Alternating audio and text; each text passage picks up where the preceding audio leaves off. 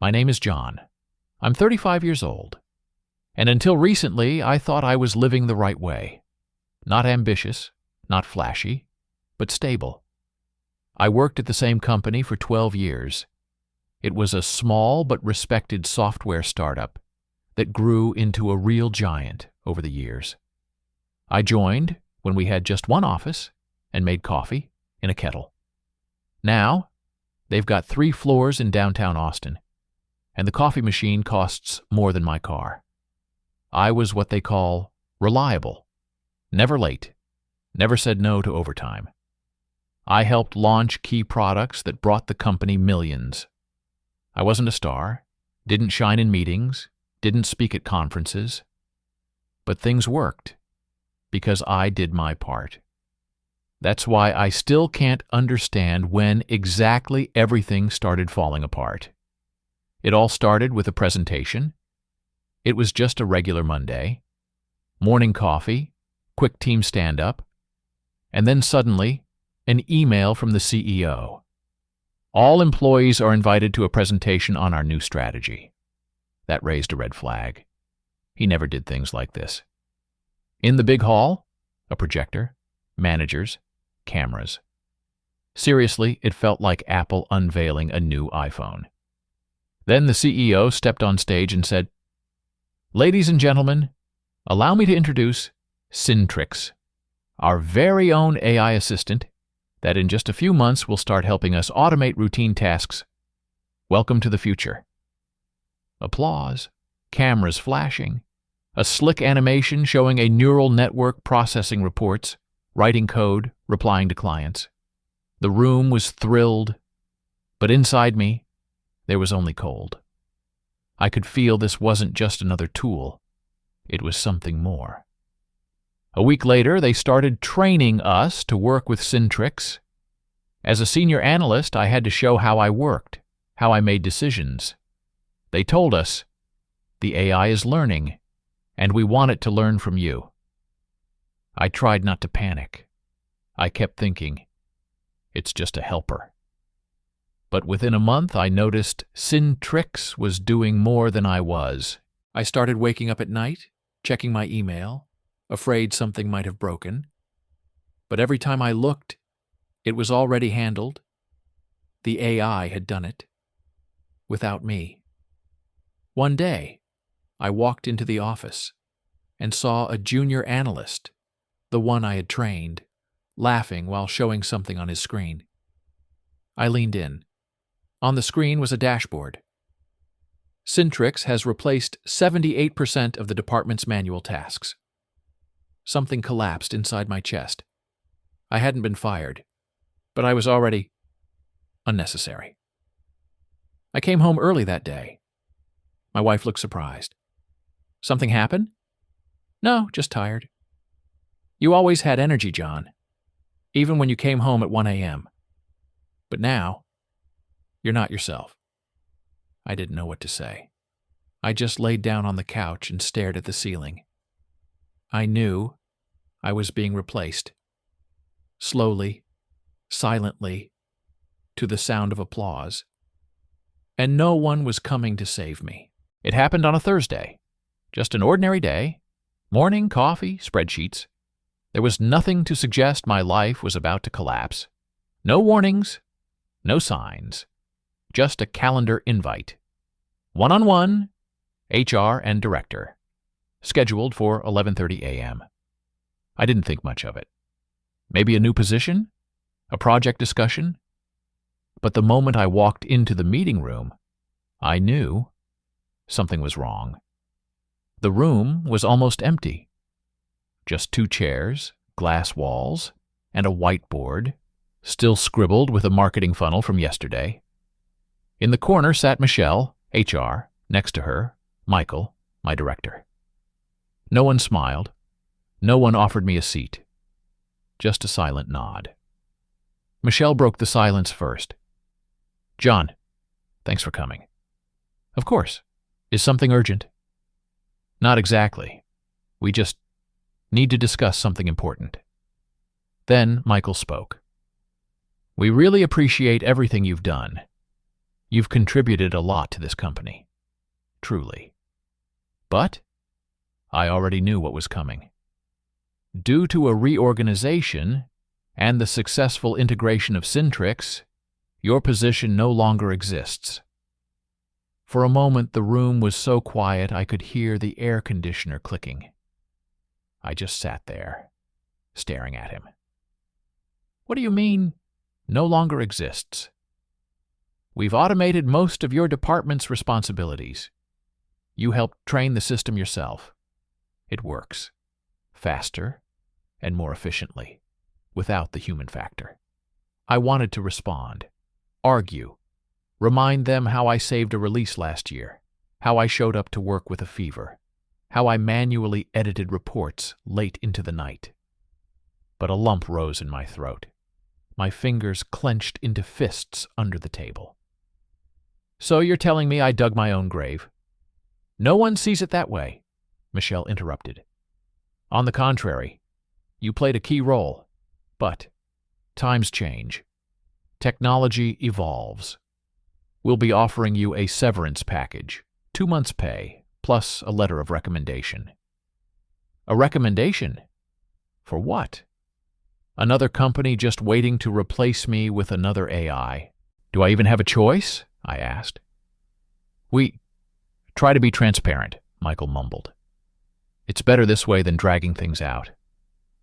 I stood up, slowly, silently, and walked out of the room. The office suddenly felt foreign. People were laughing, walking through the hallway, talking about lunch. No one knew I was already out. I walked to my desk, gathered my mug, notebook, charger. Paused for a second, staring at the screen. Syntrix was working, on its own. Running analyses, building charts, without me. I shut down the computer. No ceremony. Just pulled the plug. In the parking lot, I stood next to my car. I couldn't get in. It all felt like a dream. Like I had just stepped out for a smoke and would be back in the meeting soon. But in my hands was a black company-branded bag, 12 years of my life packed inside it. And on my phone screen, a blinking email.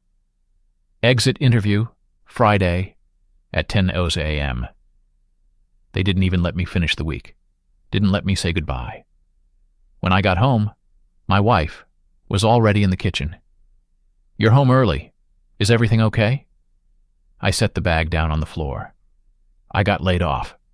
She froze. What? They don't need me anymore. My job is now done by an AI. We sat in silence for almost half an hour. I sipped water. She just stared at a spot on the wall. You said they needed you, she whispered. They did, until I became replaceable. The next morning, I woke up at 6:45 out of habit. Only there was no reason to get up anymore. No more alarms. The office wasn't waiting, no emails, no calls. A life once scheduled down to the minute had turned into a blank notebook. I still couldn't believe it. Yesterday, I was part of something big. Today, I was just a guy in pajamas, sitting on a couch, staring out the window.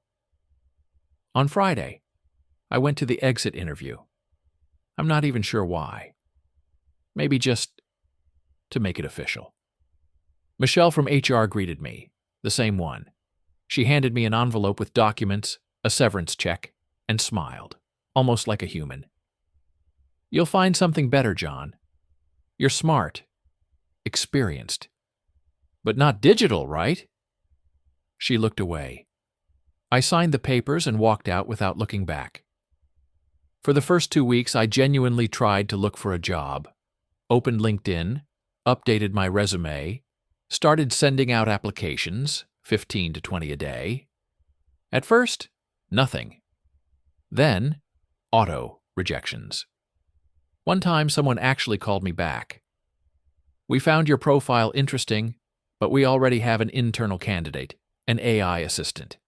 It's been delivering exceptional results. Are you seriously comparing me to a program? Sorry, John. Times are changing. At one interview with a small company, they asked me directly, "We've got a young, very tech-savvy team. Don't you think it might be difficult for you to adapt?" I knew what they meant. I'm 45. I'm expensive. I'm old school. They wouldn't say it out loud, but I saw it in their eyes. It's easier to train a bot than give a chance to someone with gray at the temples. At home, things changed too. My wife tried to stay supportive, but I saw the worry growing in her eyes. She works as a teacher. Her salary isn't enough to cover the mortgage, insurance, and groceries. I became irritable, distant. My son, 14, a teenager, once asked, "Dad, are you like retired now?" I laughed bitterly. "No, I'm just looking for something new." "Why bother? They're going to replace everyone with AI anyway." I didn't know what to say. At night I couldn't sleep, just lay in the dark, staring at the ceiling, thinking, who am I without my job? I was an analyst. I had KPIs, reports, deadlines. People knew my name. I was part of a team.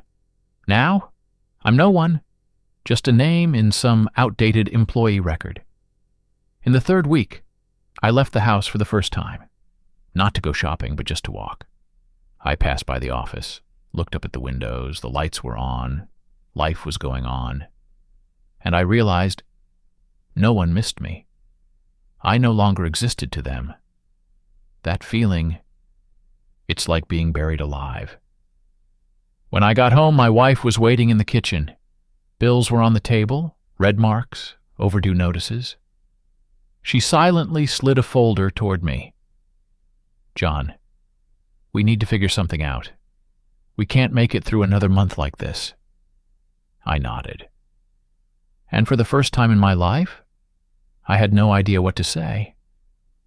That night, I typed into Google, "What to do when you lose your job to AI." The first result was a Reddit post, title, "They replaced me with a robot. I'm lost." I clicked. Reddit. Then another. And another. People from India, from the US, from Germany, all telling the same story. My job is now done by AI. I don't know who I'm supposed to be anymore. No one ever taught us how to live when you become the outdated model. I sat there reading until 4 a.m. And suddenly I felt something. I wasn't alone. Maybe we all just need to find a new meaning. The next morning, I woke up and didn't reach for my phone. For the first time in a long while, there was no urgent need to check emails, bank alerts, or LinkedIn updates. And in that silence, I felt emptiness. But then I remembered Reddit. The stories from yesterday of others who'd also lost their jobs to AI kept echoing in my mind. I opened the site again, read dozens more confessions. A man from Ohio had lost his job at a law firm. A woman in Texas, a copywriter, replaced by GPT. And all of them said the same thing. I'm no longer needed, I'm outdated, but I don't want to stay silent. And that's when, for the first time, I thought, what if I told my story too? I wasn't a blogger. I didn't even post pictures on Instagram, but suddenly this feeling rose inside me. If I don't speak up, everything that happened will just disappear. I opened my laptop, created a YouTube channel. Title, Replaced by AI, Real Stories. Simple avatar, no design. I clicked record video, the webcam shook. I looked tired, gray in my beard, quiet voice. My name is John. I'm 45. I worked at the same company for 12 years. I didn't quit. I didn't get promoted. I was replaced by a program. I'm here today because I don't want this to happen in silence. If you've been made obsolete too, you're not alone. I uploaded the video, closed the laptop, went to bed, and for the first time in weeks, I fell asleep without vodka or pills.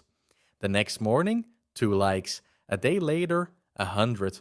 A week later, 12,000 views. And most important, the comments. Hundreds of them. "John, I'm an engineer. I got laid off in March too. Thank you. You said what I couldn't put into words. I cried because this is my story too. I'm from Germany. Same situation. Stay strong, brother. I read them and felt something dark inside me start to fade and something light switch on. I wasn't alone. We weren't alone. We were a whole generation. The ones who'd been replaced, but not erased. A week later, I got a message from someone named Marcus. He was a subscriber and the founder of a small startup in Colorado. I saw your video. We're building a platform for adults who lost their jobs due to AI. Would you be interested in joining the project? Just to talk. We're not looking for a neural network. We need a human. I didn't know what to say. I hesitated. I'd already convinced myself that no one needed me anymore. But still, I said yes. We had a video call. Marcus was 10 years younger than me, but he spoke with respect. He said, "John, your story is exactly what people need to hear. They need to know you're real. Not an avatar, not a script. We need people like you, people who can feel." I ended the call and just sat there, staring at the screen. After all this time, someone had said the words, "You matter." And that meant more than a salary, more than an office, more than a title. It meant hope. The first team meeting with Marcus's group was on Zoom. 6 people, all younger than me. One had rainbow-colored hair. Another was dialing in from London. Another from Seoul. They were all confident, fast, tech-savvy. And I sat there in my old sweater, staring at the screen, feeling like a dinosaur at a gadget expo. They spoke quickly, tossing around terms and slang I didn't always understand. I stayed silent through most of the meeting. At the end, Marcus turned to the camera and said, "John, you with us? Everything okay?" "Yeah, it's just all new to me. I need a bit of time to catch up." "Take all the time you need. We don't care about speed. We care about your perspective." Perspective. I hadn't heard that word in a long time. My job was to help build a module where users, people who'd lost their jobs, could learn new skills, watch interviews with others who'd gone through layoffs, and just not feel alone. I started simple. Made a list of topics I wished I had access to myself. How to accept being laid off. What to do when your career no longer exists. Is it too late to start over at 40? I even recorded a short video, sharing the story of how I was called into an office without warning and told I no longer existed. We uploaded it to the test version of the platform. 2 days later, 3 strangers messaged me. "Your video was the only thing that kept me from breaking down." I cried. I thought I was the only one. "Thank you. Because of you, I started searching, instead of feeling sorry for myself. I worked at night, not because I had to, but because I wanted to. Every module, every line, every video felt personal. I was no longer just an analyst. I was someone whose pain had turned into something useful, something real, something human. But the fear never fully left me. Sometimes, when reviewing the interface designs, I saw how AI had already found its way in. Auto-generated text, chatbot helpers, recommendation algorithms, and deep down I knew AI was here too. I messaged Marcus privately. What if we get replaced too? What if everything's automated a year from now? He replied simply, "Then we'll be the ones who taught AI how to be more human." That thought stuck with me. A month later, the platform went live in beta. 12,000 users in the first week. Comments, emails, donations. Messages came in from all over the world. One of them was from someone at my old company. "John, I was in your shoes. Now, I'm here. Thank you." One evening, I logged back into YouTube, opened my old channel. The first video, my face, tired and vulnerable, I barely recognized myself. Now I looked different. Not because life had become perfect, but because I had my voice back. I wasn't a former employee anymore. I was someone who survived and helped others do the same. 2 months after the platform launched, Marcus came to me with an idea. John, what if you did a live stream? Just talk to the audience. No script, no edits, just you and them. I froze. A live broadcast? Online? In front of thousands of people? Me? The guy who'd just been tossed aside like a broken part? But something stirred inside me. I realized if I said no, I'd go right back to hiding in the shadows. Let's do it, I said. I'm in. We scheduled the stream for Saturday. The title, I Was Replaced by AI, but I Didn't Break. I prepared like it was an interview for a new life, wrote notes, rehearsed aloud, put on a clean, simple shirt, even placed a photo of my family beside me to remember why I was doing this. At 7 p.m., I hit Go Live. Immediately, 1,400 viewers appeared on screen. 3 minutes later, 5,000. The comments started pouring in. Hello from Poland. I'm here because I'm going through the same thing. Thank you for speaking up. I looked into the camera and began. My name is John. I worked at the same company for 12 years. I thought it was home. I didn't quit. I wasn't demoted. I was replaced by AI. I told everything, from the Syntrix presentation to the day I packed my notebook and walked out of the office. The words flowed on their own. I wasn't reading a script. I was speaking from pain and the strength that pain had given me. I thought I didn't matter anymore, but now I understand. My story isn't about being laid off. It's about the fact that human experience can't be replaced. It can only be lived. At one point, I glanced up. 22,000 viewers. People from all over the world were writing, crying, sharing their own stories.